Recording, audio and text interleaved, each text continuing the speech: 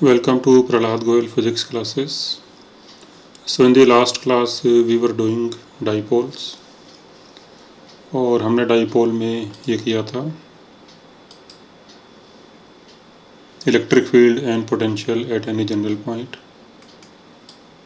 तो we found these electric fields E1 E2 and then net electric field, and we also found the potential and then electric field from potential. तो इसके अब आगे continue करते हैं. तो potential at general point is Kp cos theta upon R square. इसको अगर vector form में लिखना हो इस फार्मूले को तो देखो कैसे लिखेंगे. तो potential at any general point is due to dipole is Kp cos theta upon R square. Means ये कोई डाइपोल है जैसे अगर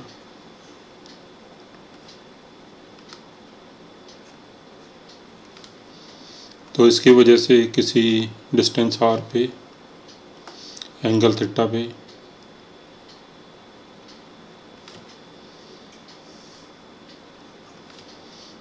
तो यहाँ पे पोटेंशियल का ये फार्मूला होता है.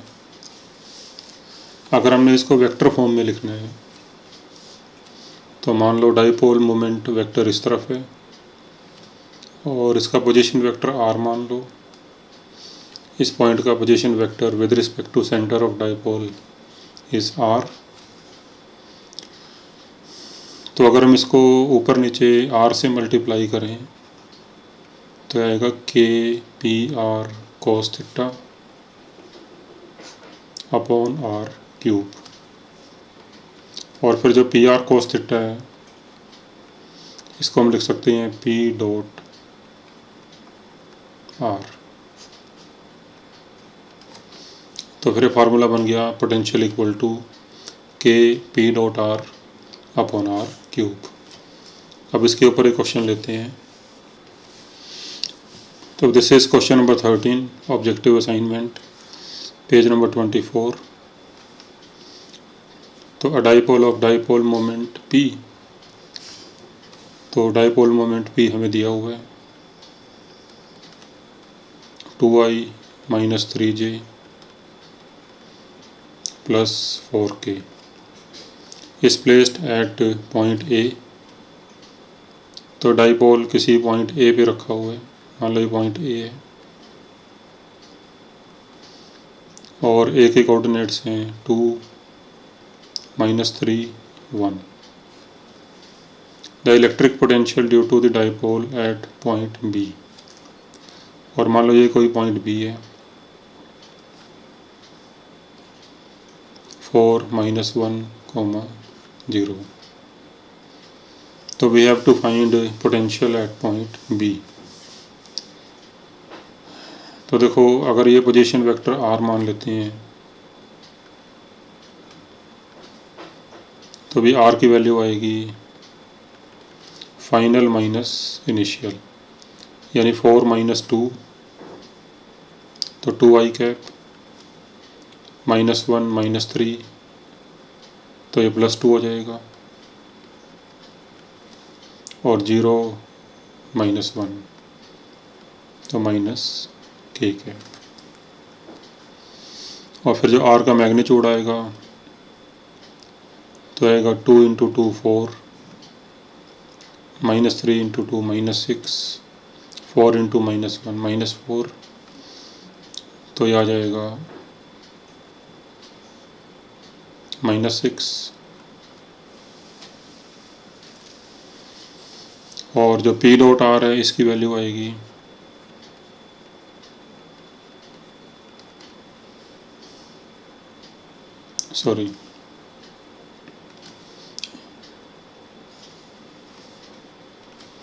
R का जो मैग्नीट्यूड आएगा ये आएगा 2 का स्क्वायर प्लस 2 का स्क्वायर प्लस 1 का स्क्वायर तो 3 आ जाएगा. और P डॉट R आएगा 4 -6 -4 तो ये -6 आ जाएगा. बस अब यहाँ पे वैल्यूज़ पुट कर दो.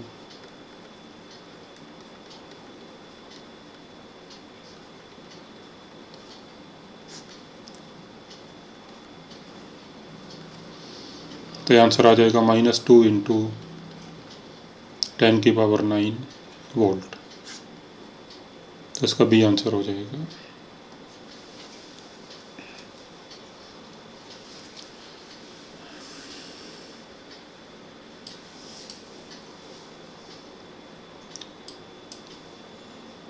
अच्छा, अभी इसके अलावा जो पोटेंशियल हमने निकाला जनरल पॉइंट पे डाइपोल की वजह से, तो उसका एक मेथड एनसीईआरटी में भी दिया हुआ है। तो ये वाला मेथड आप देख लो क्या है।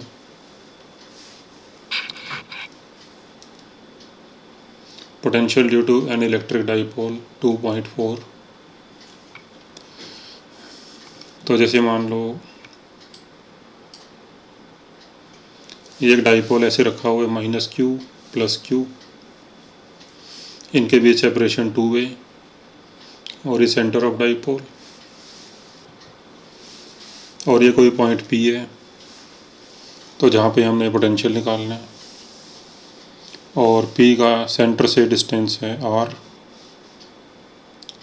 तो मान लो P का +q से डिस्टेंस है R1 और -q से डिस्टेंस है R2। तो फिर +q की वजह से यहाँ पोटेंशियल होगा KQ/R1 और -q की वजह से होगा -KQ/R2। तो ये पोटेंशियल आ गया। Now we have to find the values of R1 and R2। तो देखो R1 निकालने के लिए अगर हम ये वाली ट्रायंगल लेते हैं, टेक दिस ट्रायंगल OQP। तो इसमें हमें साइड A पता है, R पता है, उनके बीच का एंगल पता है थीटा। तो फिर जो R1 की वैल्यू है तो इसका फार्मूला होता है ट्रिग्नोमेट्री में, तो R1² can be written as R² + A² + 2RA cos theta. तो यहाँ से R1 की वैल्यू आ जाएगी। और फिर जो नीचे वाली ट्रायंगल है, दिस ट्रायंगल O-QP,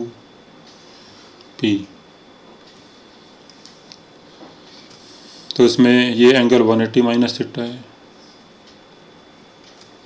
तो फिर यहाँ पे थीटा की जगह पे आ जाएगा 180 - थीटा, और R2 की वैल्यू आ जाएगी R2² = R² + A² + 2RA cos 180 - theta, और cos 180 - थीटा हो जाएगा -cos थीटा। तो फिर यहाँ माइनस आ जाएगा।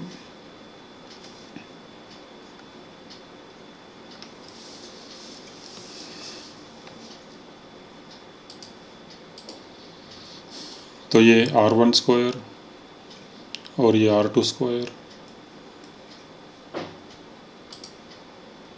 सॉरी यहाँ पे माइनस आएगा, ये उल्टा हो गया, यहाँ पे माइनस आएगा और यहाँ पे प्लस आएगा। मतलब पहले माइनस आएगा cos 180 - थीटा, फिर cos 180 - थीटा -cos थीटा, तो फिर माइनस माइनस प्लस हो जाएगा। क्योंकि ये जो प्रॉपर्टी होती है ट्रायंगल की कि अगर हमें ट्रायंगल के दो साइड्स पता है, सपोज A और B, उनके बीच का एंगल पता है, तो थर्ड साइड का ये फार्मूला होता है C² = A² + B² -2AB cos theta. तो यहाँ पे माइनस साइन होता है, तो पहले गलती हो गई थी, यहाँ माइनस साइन आएगा।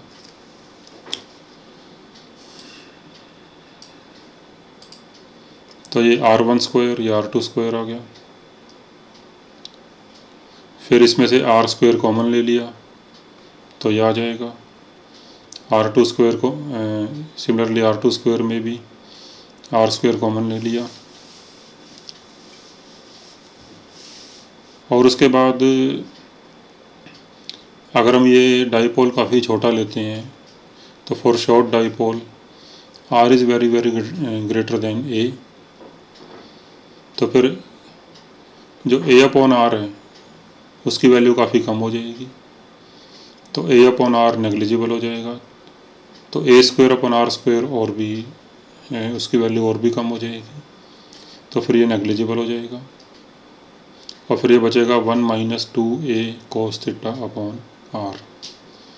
सिमिलरली R2 स्क्वायर में भी जो A square upon R square वाली टर्म है वो नेग्लिजिबल हो जाएगी, तो R2 स्क्वायर इतना आ जाएगा, और फिर इसका रेसिप्रोकल कर दिया। देखो जो R1 स्क्वायर है वो इतना आ गया, R square 1 minus 2a cos theta upon R, इसका रेसिप्रोकल कर दो,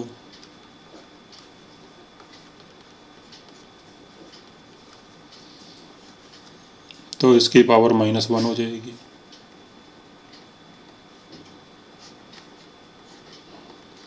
फिर दोनों तरफ स्क्वायर रूट ले लो,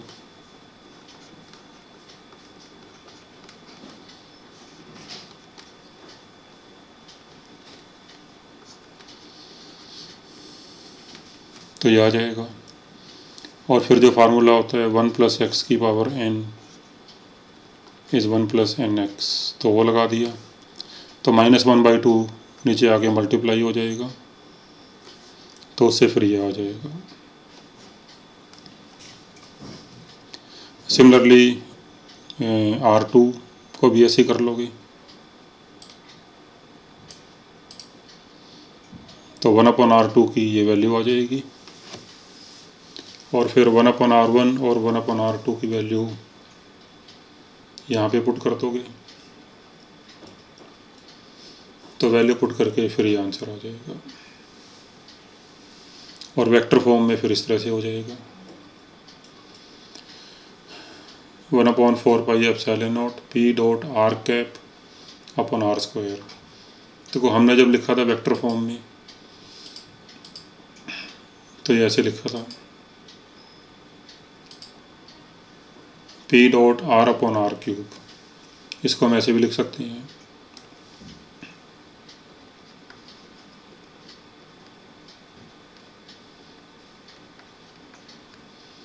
तो आर क्यूब को लिख लो आर स्क्वायर इंटू आर, और vector R upon its magnitude, तो ये यूनिट वेक्टर हो जाएगा, यानी are cap.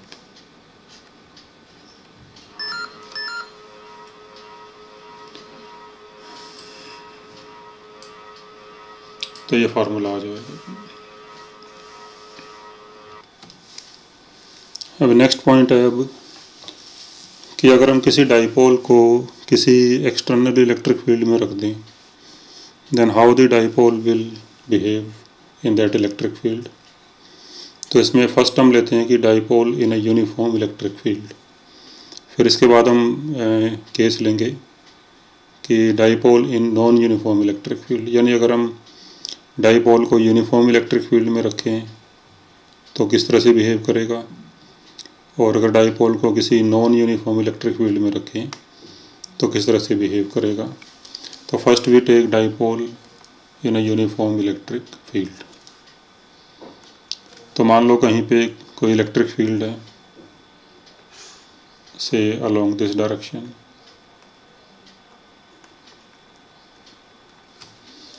and we place a dipole at some angle with electric field like this,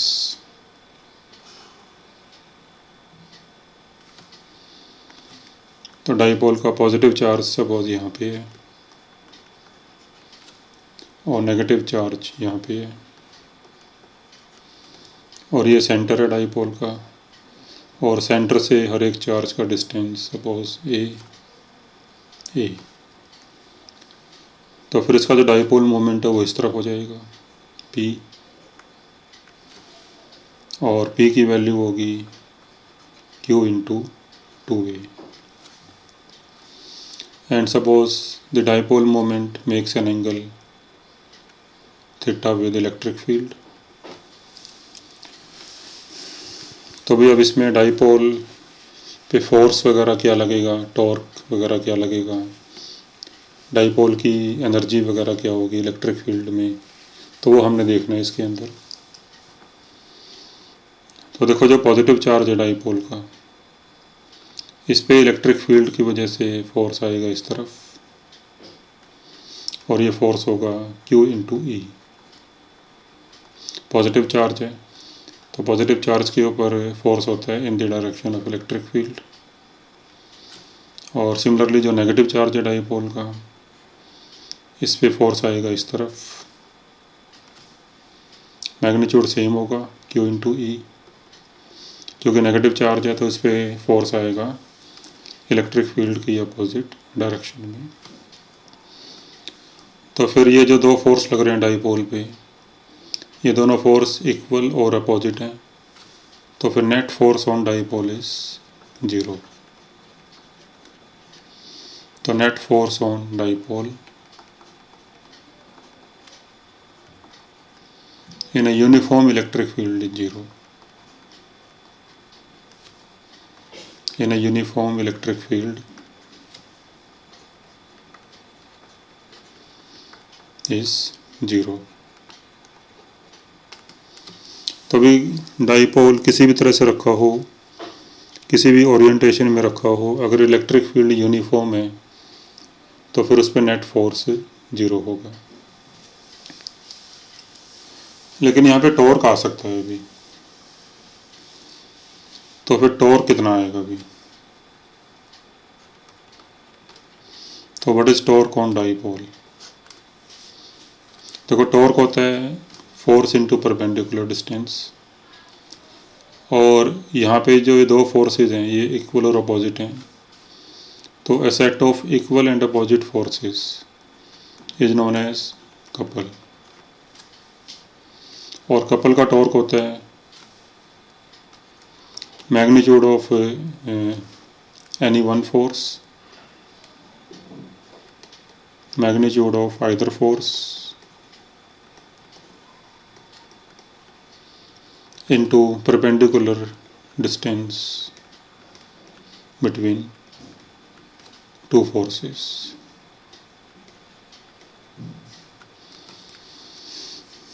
तो जैसे अगर हम फोर्सेस की लाइन ऑफ एक्शन ड्रा करें, तो इन दोनों लाइनों के बीच का जो डिस्टेंस है तो वो हो जाएगा परपेंडिकुलर डिस्टेंस, और वो डिस्टेंस ये वाला आएगा इतना, और ये एंगल थीटा है। अब ये एंगल थीटा है तो ये भी थीटा हो जाएगा, और ये टोटल डिस्टेंस माइनस क्यू से प्लस क्यू की 2a, तो फिर ये डिस्टेंस हो जाएगी 2a sine theta.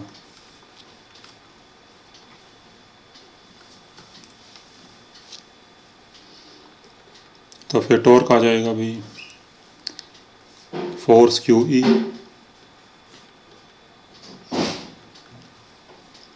Into perpendicular distance 2a sine theta.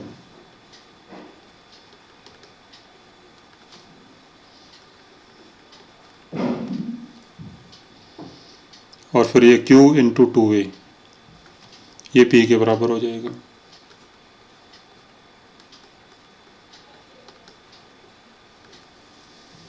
तो टॉर्क हो जाएगा PE साइन थीटा। तो this is the magnitude of torque acting on the dipole. अब जो डायरेक्शन आएगी टॉर्क की वो क्या होगी भी। तो देखो because of these forces dipole will try to turn in this direction।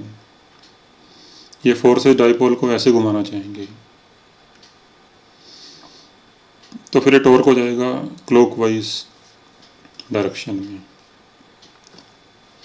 देखो जैसे E इस तरफ है, P इस तरफ है,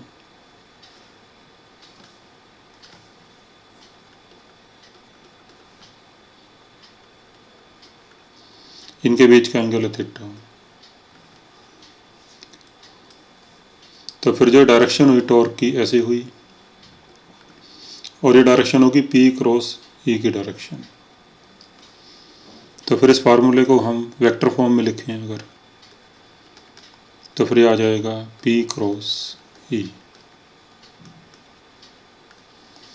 So torque on a dipole due to electric field is P cross E, यानी PE sin थीटा। अब इसमें कुछ स्पेशल केसेस ले लेते हैं अभी।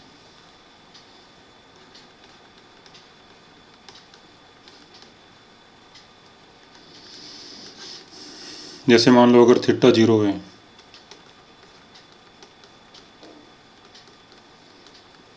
तो फिर साइन 0 0 हो जाएगा, तो टॉर्क की वैल्यू 0 आ जाएगी। तो मतलब अगर P और E दोनों सेम डायरेक्शन में है, मतलब E भी इस तरफ है और डाइपोल भी इस तरफ है, तो फिर इसके ऊपर टॉर्क 0 होगा। सेकेंड केस है अगर थीटा 180 डिग्री है,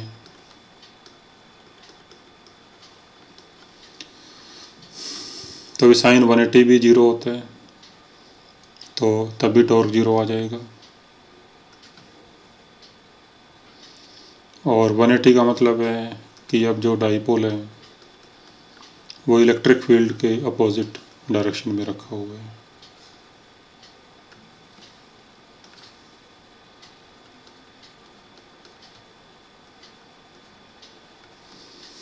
तो P is opposite to the E, तो फिर इस केस में भी टॉर्क 0 आएगा। तो in both situations torque is 0, means in both situations dipole is in equilibrium, but जो नेचर ऑफ इक्विलिब्रियम है वो दोनों में डिफरेंट होगा। जो ये वाला इक्विलिब्रियम है फर्स्ट केस वाला, ये होगा स्टेबल इक्विलिब्रियम, ये होगा स्टेबल इक्विलिब्रियम, और ये होगा अनस्टेबल इक्विलिब्रियम।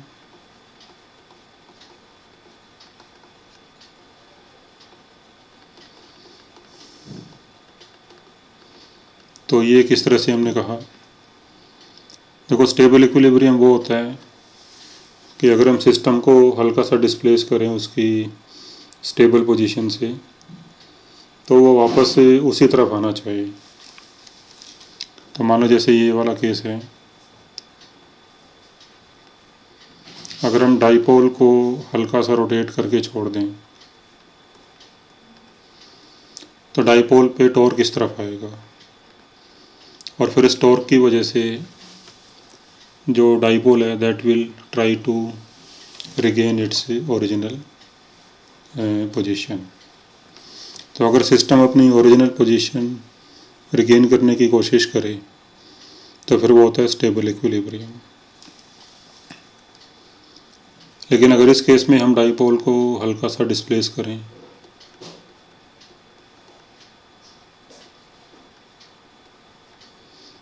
किसी एंगल से, तो फिर P क्रॉस E से टॉर्क अगर देखें तो टॉर्क इस तरफ आ जाएगा, यानी जो डाइपोल है वो वापस अपनी उसी पोजीशन में नहीं आ पाएगा, it will turn towards this position where theta is 0। तो फिर इस करके ये जो पोजीशन है ये हो जाएगी अनस्टेबल इक्विलिब्रियम पोजीशन।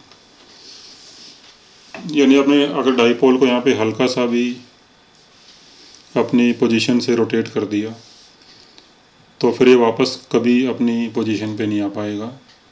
इस पे टॉर्क किस तरह से लग जाएगा कि ये फिर जो स्टेबल इक्विलिब्रियम वाली पोजीशन है उस पे वापस आए, उस पे जाके ये आएगा।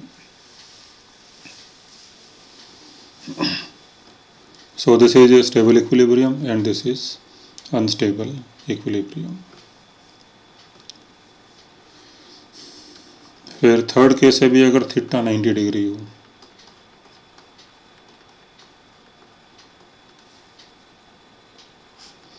तो थीटा अगर 90 है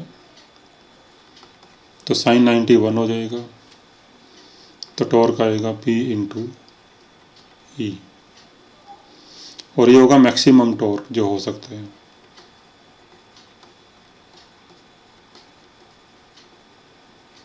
मैक्सिमम टॉर्क जो डाइपोल पे किसी एंगल पे हो सकता है, तो दैट इज़ P इंटू ई।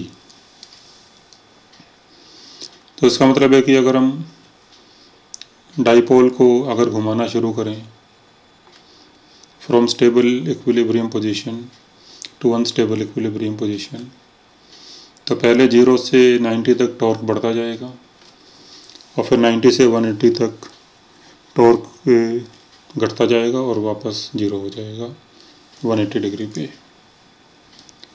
तो with this was torque on the dipole. इसके बाद अभी work done in rotating the dipole, work done in rotating a dipole.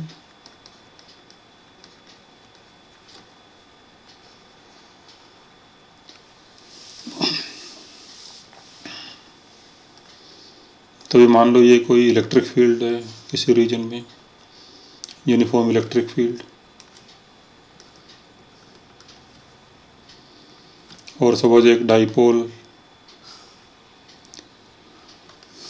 किसी एंगल थीटा 1 पे रखा हुआ है,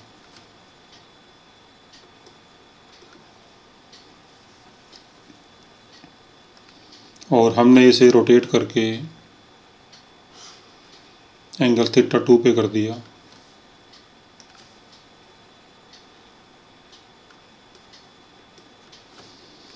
तो कितना वर्क हमें करना पड़ेगा इस प्रोसेस में, तो that we have to find. तो देखो, तो मान लो जो ये डाइपोल है इस पे इलेक्ट्रिक फील्ड की वजह से टॉर्क इस तरफ आएगा, तो फिर इसे रोटेट करने के लिए हमें इस पे टॉर्क इस तरफ लगाना पड़ेगा, यानी इसके अपोजिट डायरेक्शन में।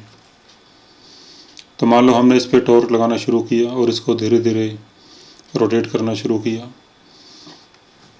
फिर किसी टाइम सपोज हम एंगल थीटा तक ले आए, इसको घुमाते घुमाते किसी टाइम एंगल थीटा पे आ गया ये, तो उस समय इलेक्ट्रिक फील्ड का जो टॉर्क लग रहा होगा वो लग रहा होगा पी ई साइन थीटा। तो फिर हमें भी अपोजिट डायरेक्शन में इतना ही टॉर्क लगाना होगा so that it can rotate slowly. तो जब किसी एंगल थीटा पे है तो हम इसके ऊपर इतना टॉर्क लगा रहे होंगे, फिर मान लो ये हल्का सा एंगल डी थीटा और घूमता है,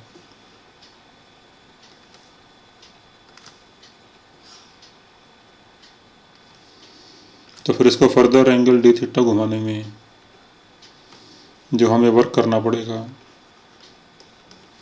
तो ये वर्क हो जाएगा टॉर्क इंटू डी थीटा। ये फार्मूला होता है भी वर्क का, टॉर्क इंटू डी थीटा, और इसको इंटीग्रेट कर देंगे तो नेटवर्क आ जाएगा। तो put the value of torque,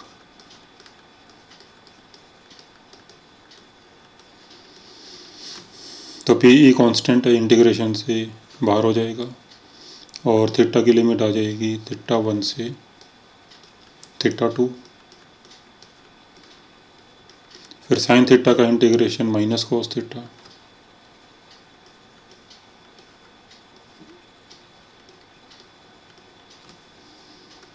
और फिर यहाँ से वर्क आ जाएगा minus P E cos theta 2 minus cos theta 1, तो अब ये वर्क हो जाएगा।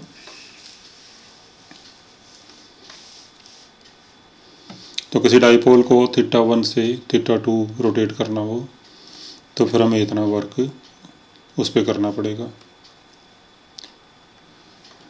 और अगर मान लो हमने डाइपोल को स्टेबल इक्विलिब्रियम वाली पोजीशन से अनस्टेबल इक्विलिब्रियम वाली पोजीशन तक लेके जाना हो तो फिर कितना वर्क करना पड़ेगा।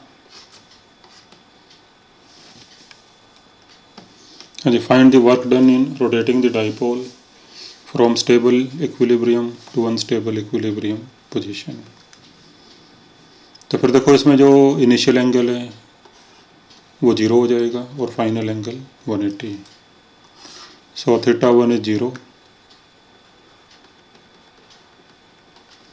And θ2 is 180। फिर यहाँ वैल्यू पुट कर दो,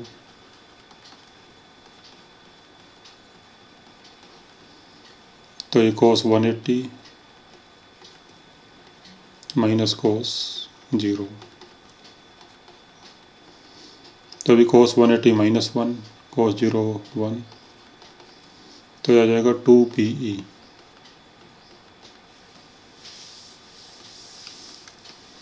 तो ये वर्क आ जाएगा ट्वाइस ऑफ PE। इसके बाद भी नेक्स्ट पॉइंट है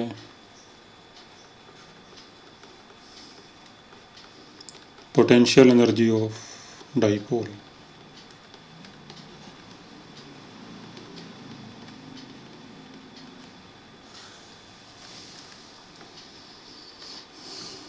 तो मान लो भी कोई डाइपोल किसी इलेक्ट्रिक फील्ड में रखा हुआ है, किसी एंगल थीटा पे रखा हुआ है,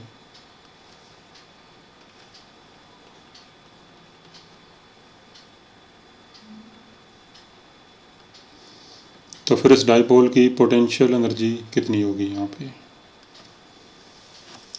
तो डाइपोल की पोटेंशियल एनर्जी होगी कि डाइपोल को किसी रेफरेंस एंगल से इस एंगल तक लाने में किसी एक्सटर्नल एजेंट ने कितना वर्क किया होगा। सो potential energy of dipole in an electric field at some angle is the work done by an external agent in rotating the dipole from some reference angle to that angle। तो इसमें reference angle हम मानते हैं 90 degree का, मतलब कि अगर suppose dipole जब 90 डिग्री के एंगल पर रखा हुआ है तो वहाँ पर इसकी पोटेंशियल एनर्जी 0 है। तो when this angle is 90 degree, तो यहाँ पे हम डाइपोल की पोटेंशियल एनर्जी 0 मान लेते हैं। तो फिर डाइपोल को 90 डिग्री से एंगल थीटा तक ले जाने में जो वर्क हमें करना पड़ेगा, तो फिर वो इसकी पोटेंशियल एनर्जी हो जाएगी। So potential energy U becomes work done in rotating the dipole from 90 to theta. तो फिर यहाँ पे θ1 को 90 रख दो और θ2 को थीटा रख दो।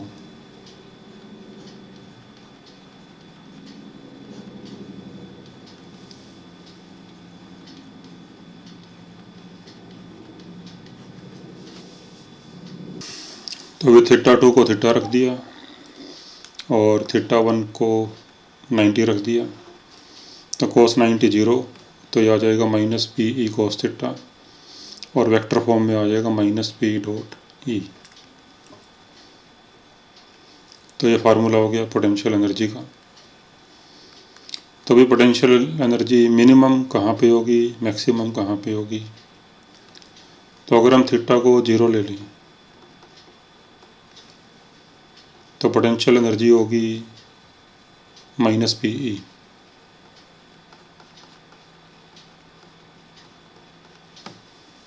और थीटा को 180 लें अगर,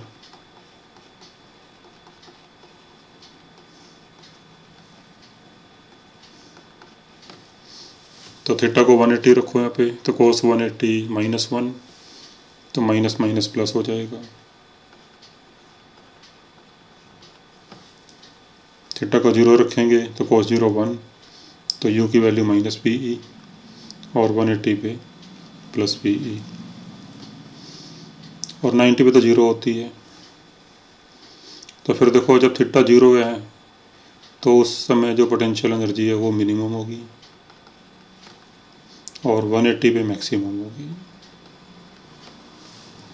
और ये आप जानते हो कि भाई जहाँ पे एनर्जी मिनिमम होती है तो वहाँ पे स्टेबिलिटी ज़्यादा होती है, तो दैट इज स्टेबल इक्विलिब्रियम। तो थीटा इक्वल टू 0 पे, क्योंकि स्टेबल इक्विलिब्रियम है तो फिर यहाँ पोटेंशियल एनर्जी मिनिमम होगी। और जहाँ पे अनस्टेबल इक्विलिब्रियम होता है वहाँ पोटेंशियल एनर्जी मैक्सिमम होती है। तो फिर यहाँ पे पोटेंशियल एनर्जी मैक्सिमम है।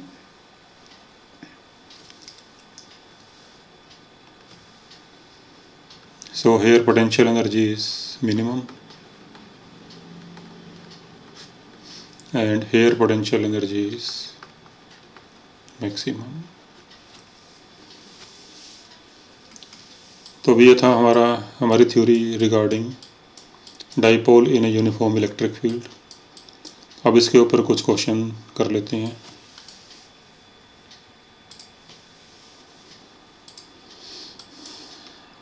तो अभी question number 5।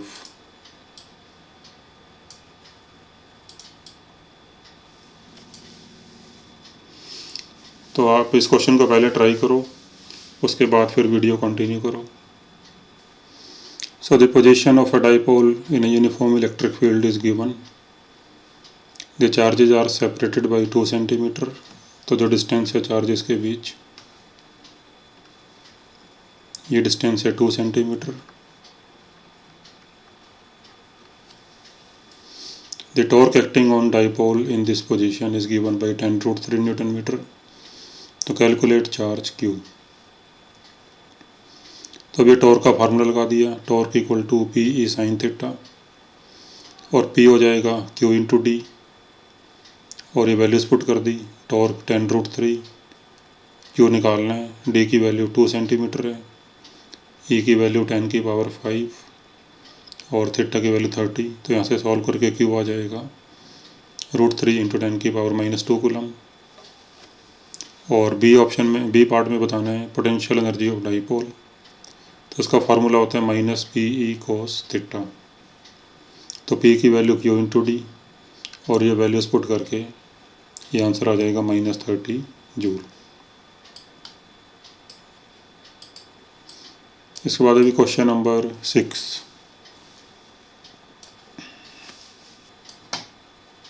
An electric dipole consists of two opposite charges of magnitude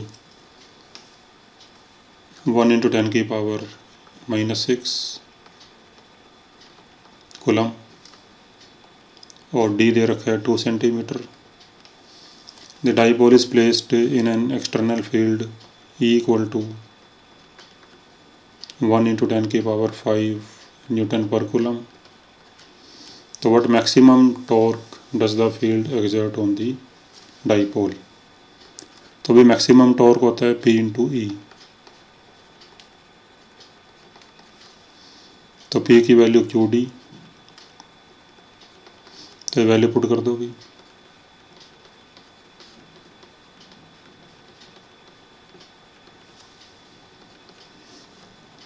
तो आ जाएगा 2 इंटू 10 की पावर -3 न्यूटन मीटर। और फिर लिखा है second part, how much work must an external agent do to turn the dipole from end to end starting from position of stable equilibrium. तो end to end का मतलब है कि from the position of stable equilibrium to the position of unstable equilibrium. तो उसमें work होता है भी 2PE। अभी हमने पीछे किया था ये।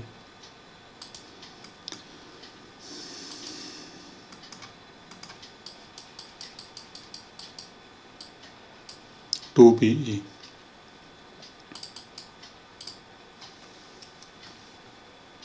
और PE की वैल्यू यहाँ पे आ चुकी है हमारे पास। तो उसका डबल कर दोगे तो ये आ जाएगा 4 इंटू 10 की पावर -3 जूल।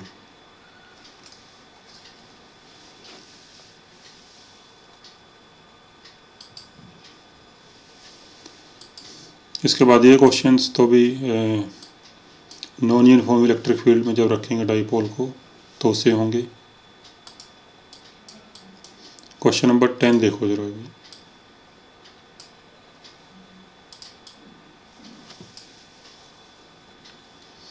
अच्छा, 2 charges of -4 microcoulomb and 4 microcoulomb are placed at A and B। तो ए और बी पॉइंट्स हैं। ए पे रखा है -Q चार्ज, बी पे रखा है +Q। और Q की वैल्यू है 4 × 10⁻⁻6 कूलम, और एक इलेक्ट्रिक फील्ड है यहाँ पे E = 20 I कैप। तो calculate the torque on the dipole. तो पहले हम इसका डाइपोल मोमेंट निकालते हैं। तो डाइपोल मोमेंट होता है भी Q × R। तो मान लो वेक्टर R है ये, तो वेक्टर R आ जाएगा फाइनल माइनस इनिशियल, यानी 2 - 1 तो 1 I कैप, -1 - 0 तो -j कैप, और 5 - 4 +k कैप। तो फिर जो डाइपोल मोमेंट है वो हो जाएगा Q × R, that is 4 × 10⁻⁻6 × R।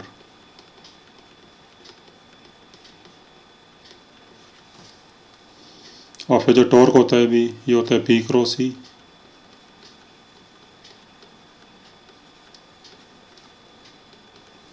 तो दोनों का क्रॉस प्रोडक्ट ले लोगे तो ये आ जाएगा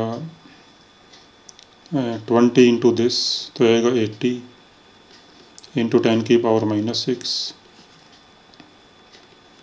I - j + k × I। फिर I × I 0 होता है अभी, j × I -k, तो माइनस माइनस प्लस हो जाएगा, और k × I +j होता है, तो ये टॉर्क आ जाएगा। और फिर इसका मैग्नीट्यूड आ जाएगा 80 × 10⁻⁻6, और इसका आएगा √1² + 1² यानी √2, और फिर सिंप्लीफाई करके आ जाएगा 1.131 × 10⁻⁻4 न्यूटन मीटर। तो नेक्स्ट पॉइंट है oscillations of a dipole in an electric field. तो मान लो अगर हमने किसी डाइपोल को किसी इलेक्ट्रिक फील्ड में रखा हुआ है,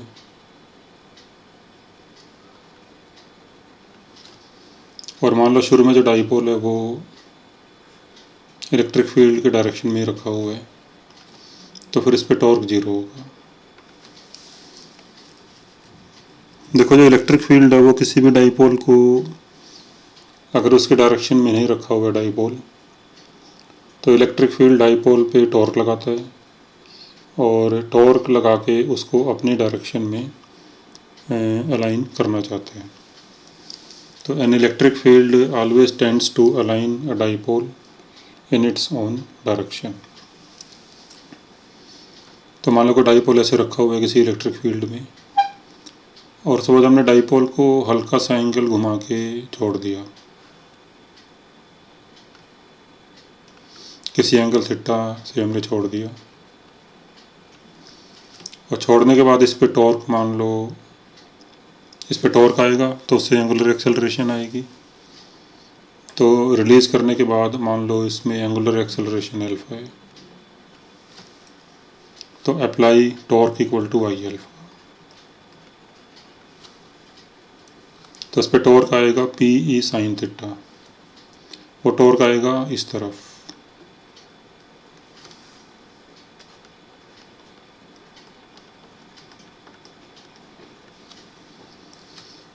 = I अल्फा। I इसका मोमेंट ऑफ इनर्शिया,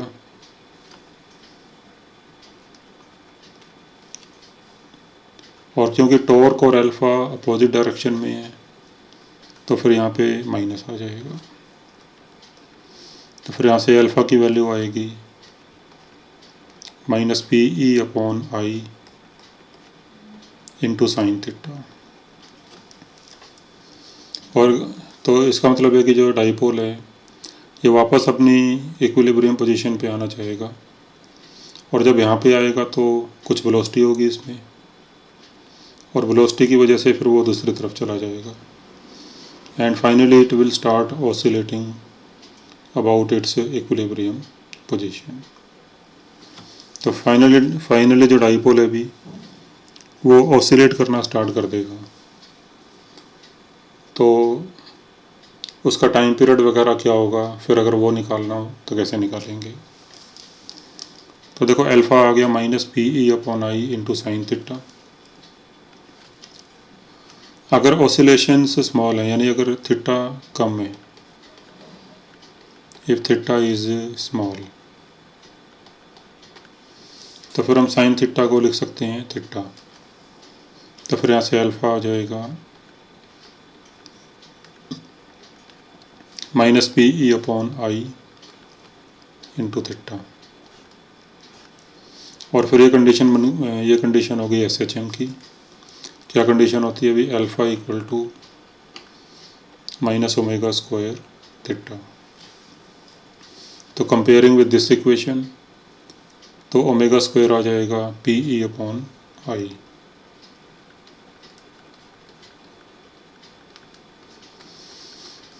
यहाँ से फिर ओमेगा आ जाएगा √PE/I, और फिर टाइम पीरियड आ जाएगा 2π/ω।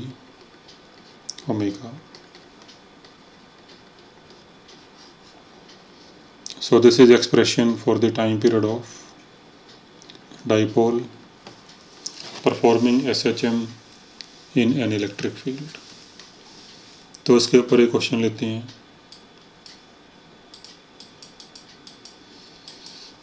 Question number 7। तो first you try this question yourself.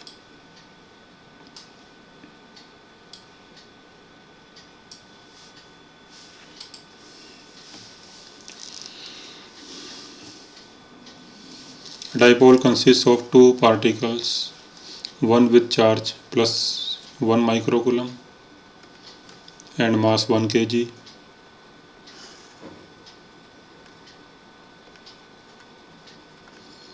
and other mass 2 kg।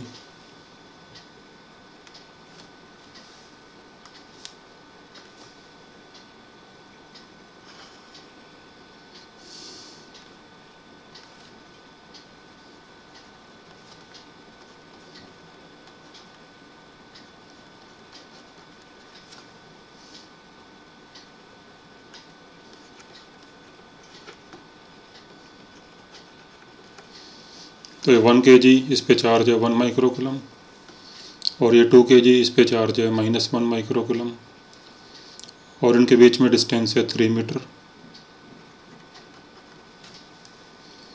For small oscillations about its equilibrium position, तो एंगुलर फ्रीक्वेंसी क्या होगी, यानी ओमेगा। तो उसका फार्मूला अभी हमने पीछे किया, √PE/I। तो P कितना होगा अभी, तो P हो जाएगा charge into separation between the charges. तो P की वैल्यू आएगी, चार्ज 1 माइक्रोकुलम इंटू सेपरेशन 3, तो आएगा 3 into 10⁻⁻6 coulomb metre. Electric field में दे रखा है। अब I कितना होगा अभी,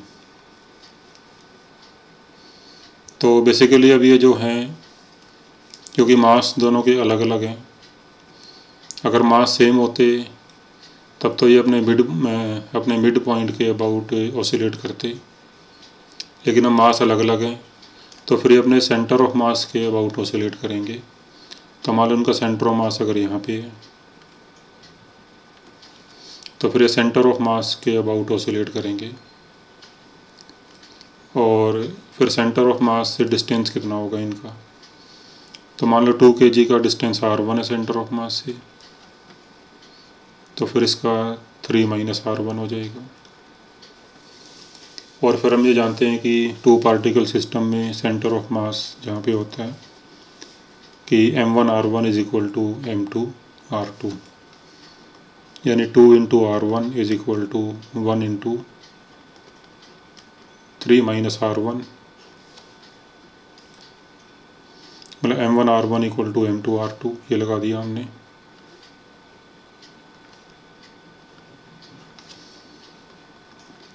तो तो यहाँ से R1 की वैल्यू आ जाएगी 1 मीटर। तो इसका मतलब है C का 2 kg से डिस्टेंस 1 मीटर है और 1 kg से 2 मीटर। और फिर जो मोमेंट ऑफ इनर्शिया आएगा C के अबाउट, तो यह आ जाएगा 2 × 1 का स्क्वायर प्लस 1 × 2 का स्क्वायर, यानी फार्मूला होता है mr²। यह आ जाएगा 6 kg मीटर स्क्वायर। अब ये सारी वैल्यूज़ यहाँ पुट कर देंगे। तब ये P की वैल्यू पुट कर दी, E की वैल्यू पुट कर दी 20 किलोवोल्ट पर मीटर, तो 20 × 10⁻³ और ये I की वैल्यू पुट कर दी। तो यहाँ से सॉल्व करके आ जाएगा 0.1 रेडियन पर सेकेंड। तो इसका आंसर हो जाएगा ए।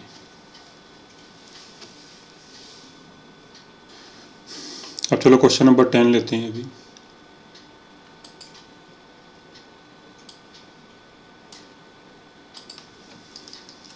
Two short electric dipoles are placed as shown. The energy of electric interaction between these dipoles will be। तो हमने दोनों की पोटेंशियल एनर्जी बतानी है आपस में कितनी होगी। ये दो डाइपोल ऐसे रखे हुए हैं, जैसे एक डाइपोल यहाँ रखा हुआ है P2 और एक थोड़ा यहाँ पे रखा हुआ है P1।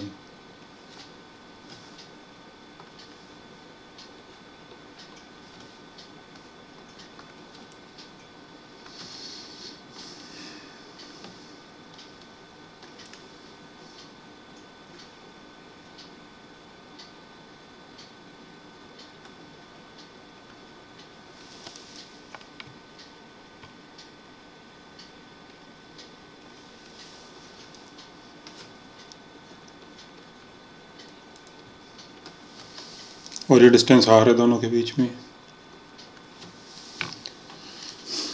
तो what is the potential energy of interaction between them. तो अभी पोटेंशियल एनर्जी का फार्मूला होता है -P.E।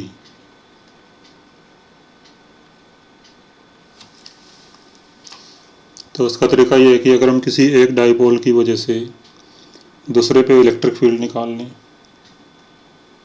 और फिर ये फार्मूला अप्लाई कर दें। जैसे अगर हम P1 की वजह से P2 पे इलेक्ट्रिक फील्ड निकालें,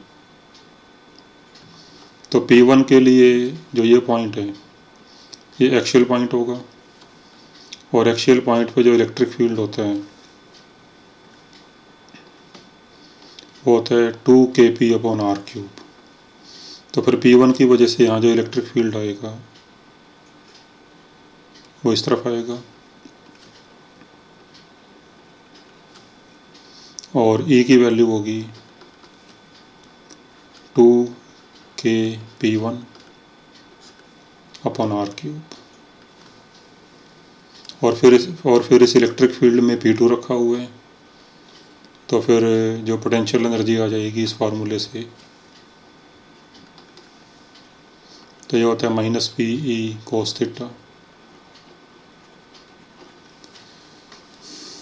तो फिर यहाँ P की वैल्यू P2 हो जाएगी। So potential energy of P2 in the electric field E। तो यहाँ P की जगह पे P2 और ये E की वैल्यू 2kP1/r³ इंटू cos θ। तो फिर आ जाएगा -2kP1P2 cos θ/r³। तो ये आंसर आ जाएगा B। या फिर हम इसको ऐसे भी कर सकते हैं कि अगर हम अगर हम P2 का इलेक्ट्रिक फील्ड निकालें P1 पे, तो फिर वो हमें कंपोनेंट करके करना पड़ेगा। जैसे मान लो P2 का ये कंपोनेंट होगा P2 cos θ जैसे हमने जनरल पॉइंट पे इलेक्ट्रिक फील्ड निकाला था, तो P2 का ये कंपोनेंट P2 cos थीटा और ये कंपोनेंट P2 sin थीटा।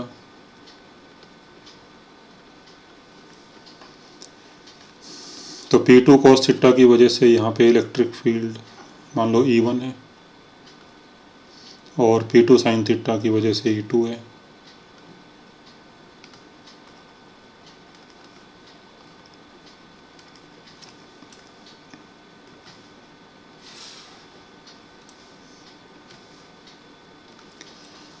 तो E1 की वैल्यू होती है अभी 2kP2 cos theta upon R cube, और E2 की वैल्यू होती है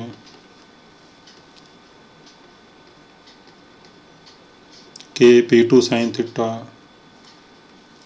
अपॉन R क्यूब।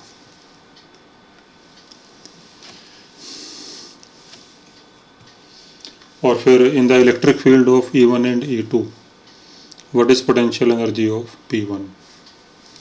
तो फिर पोटेंशियल एनर्जी का formula minus P cos theta. अब यहाँ P की जगह पे P1 आ जाएगा। अब देखो जो E2 है वो तो P1 के परपेंडिकुलर है, तो E2 की वजह से इलेक्ट्रिक फील्ड मतलब E2 की वजह से पोटेंशियल एनर्जी जब निकालेंगे तो थीटा यहाँ पे 90 हो जाएगा, तो फिर cos 90 जीरो हो गया। तो फिर E2 की वजह से P1 की पोटेंशियल एनर्जी जीरो हो जाएगी। फिर बचा E1, तो E1 और P1 सेम डायरेक्शन में है, तो फिर थीटा जीरो हो जाएगा। तो फिर पोटेंशियल एनर्जी आ जाएगी minus P1 E1 cos zero. और फिर ये E1 की वैल्यू पुट कर दो, cos जीरो 1 हो जाएगा, तो आपका ये सेम आंसर आ जाएगा।